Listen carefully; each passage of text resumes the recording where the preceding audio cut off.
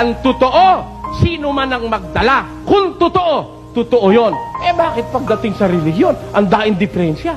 Ganyan na nangyayari sa atin sa relihiyon Kanya-kanya tayong opinion Kailangan, para mawala yan, basahin mo! Basahin mo! Ba tayo nag-aaway? Kasi wala sa nababasa yung iyo Tiksikin nyo sa aklat ng Panginoon, inyong basahin. Kahit isa sa mga ito, kung babasahin mo, hindi magkukulang. Sa mga katwid, hindi ka dapat magkulang ng babasahin. Dapat may aral ka, hindi mabasa. Bakit? Huwag ka magagalit, kapatid. Saan mo nabasa yung 3 itlog? Sige, basahin mo. Kung talagang mananampalataya ka sa Diyos at may paggalang ka sa kaluluwa mo at sa kaluluwa ng kapwa mo, hindi ka magtuturo ng hindi mo mababasa sa Biblia. Asan yun? Yung 3 lundag na malalakas. Hallelujah! Praise the Lord! Hallelujah! Praise the Lord! Hallelujah! Praise the Lord! Asan yun? Isang lundag, isang itlog inom. Saan yun? Ang tanong, nababasa ba yan? Tinuro mo sa miyembro mo yan? Hindi nababasa? Hindi ba cargo di konsyensya mo yan sa Diyos?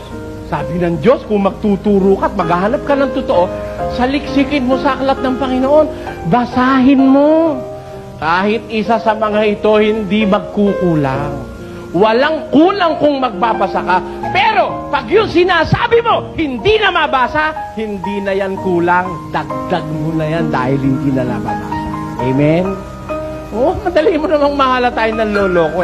Pag hindi mabasa, dagdag. Bakit ho natin masasabi na pag hindi nabasa, dagdag? Bakit? Basa.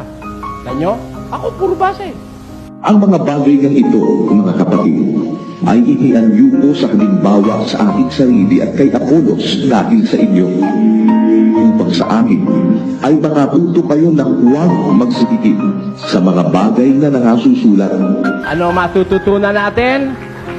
Dapat kung matututo rin lang tayo, huwag hihigit sa mga bagay na nasusulat. Pag humigit sa bagay na nasusulat, kaninong aral yon? Apostoliko pa ba o hindi na? Kasi sa mga apostol, nakasulat lahat Walang aral si Jesus na hindi ipinasulat. Pakinggan nyo, 14:37 ng unang Korinto. Kung iniisip nino man na siya'y propeta o ayon sa Espiritu, ay kilalanin niya ang mga bagay na sa inyo'y isinusulat ko na pawang utos ng Panginoon. Ikilalanin nyo yung mga bagay na isinusulat ko, pawang utos ng Panginoon. Kaya nakasulat, yun ang iniutos ng Diyos isulat. Kaya hindi nakasulat, ayaw ng Diyos ipasulat. Amen? At kung ayaw ng Diyos ipasulat, dahil hindi nakasulat, hindi dapat maging bahagi ng matututunan natin sa pananampalataya. Ayag ho kayo na kailangan ng matututunan natin sa pananampalataya, nakasulat. Miski ako kapatid, di kita kayang lukuhin. Pag hindi nakasulat, sabi ni Pablo, Datapwat kahimat kami o isang anghel na mula sa langit ang mangaral sa inyo ng anumang ebanghelyo na iba sa aming ipinangangaral sa inyo ay makakwil. anghel man ang mangaral. Dito sa atin sa Pilipinas, may anghel galing sa Taguig.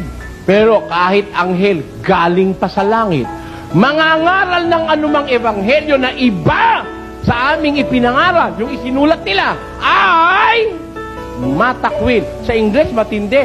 Let him be accursed. Sumpain siya.